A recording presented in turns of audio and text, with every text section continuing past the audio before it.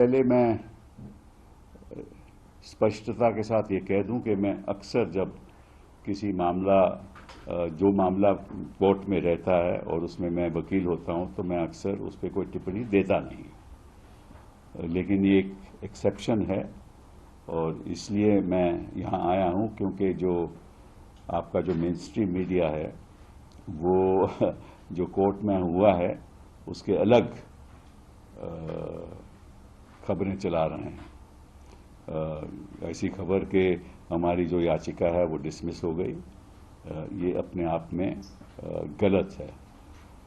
हुआ क्या कि हाई कोर्ट में जो टीएमसी ने दावा किया था वो ये था कि ये सर्कुलर गलत है और ये सर्कुलर होना नहीं चाहिए, क्योंकि इस सर्कुलर के अंतर्गत ये कहा गया है कि कमीशन को ये जानकारी है कि और कई जगह से जानकारी मिली है कि वहाँ इलेक्शन के दौरान कुछ प्रॉब्लम्स होने वाली हैं हर बूथ में।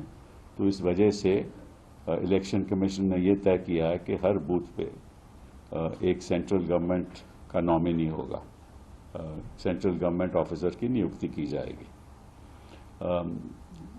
और हाई कोर्ट में ये मामला जब आया तो ये कहा गया कि वहाँ ऑलरेडी इलेक्शन कमीशन के मुताबिक वहाँ एक ऑब्जर्वर, जिसको कहते हैं माइक्रो ऑब्जर्वर, जो सेंट्रल गवर्नमेंट का नॉमिनी होता है, सेंट्रल गवर्नमेंट उसकी नियुक्ति करती है, वो हर बूथ में वैसे भी वहाँ रहता है।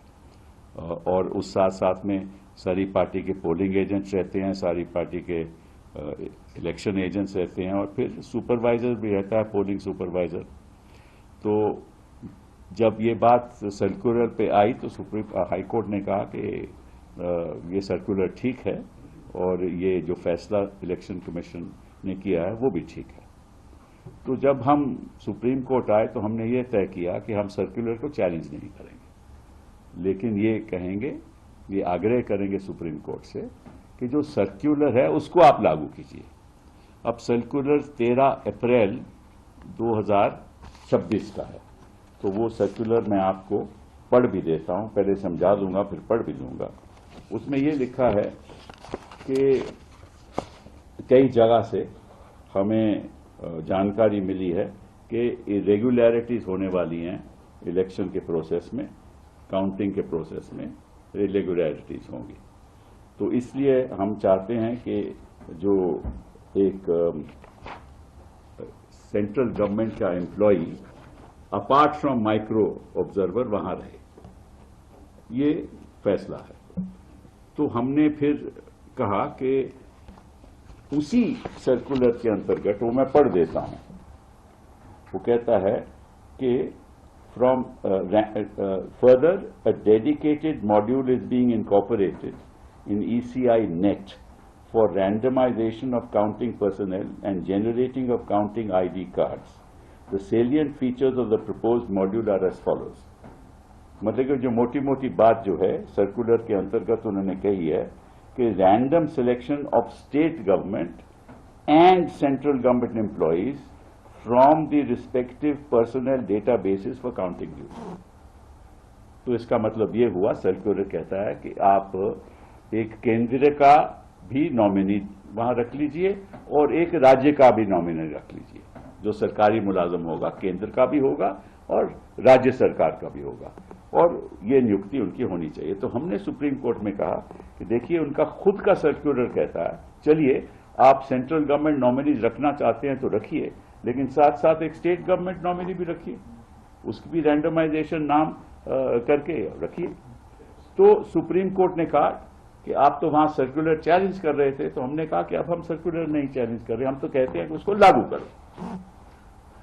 तो अब हमें उम्मीद है, और सुप्रीम कोर्ट ने यह कहा कि, और ये ऑर्डर है कि the election commission will follow the circular issued by them both in letter and spirit.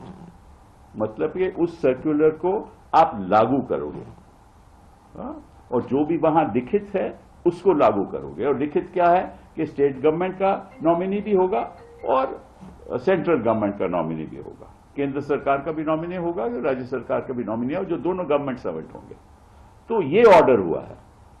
जो मेन स्ट्रीम मीडिया चला रहा है वो ये है कि हमारी याचिका डिसमिस होगी, ये बिल्कुल गलत है और ऐसा होना नहीं चाहिए। अब ठीक है, आप गोदी मीडिया हो, आप उनकी गोद में बैठे हो, लेकिन इतना भी मत बैठो, मतलब कि सही जानकारी तो दो।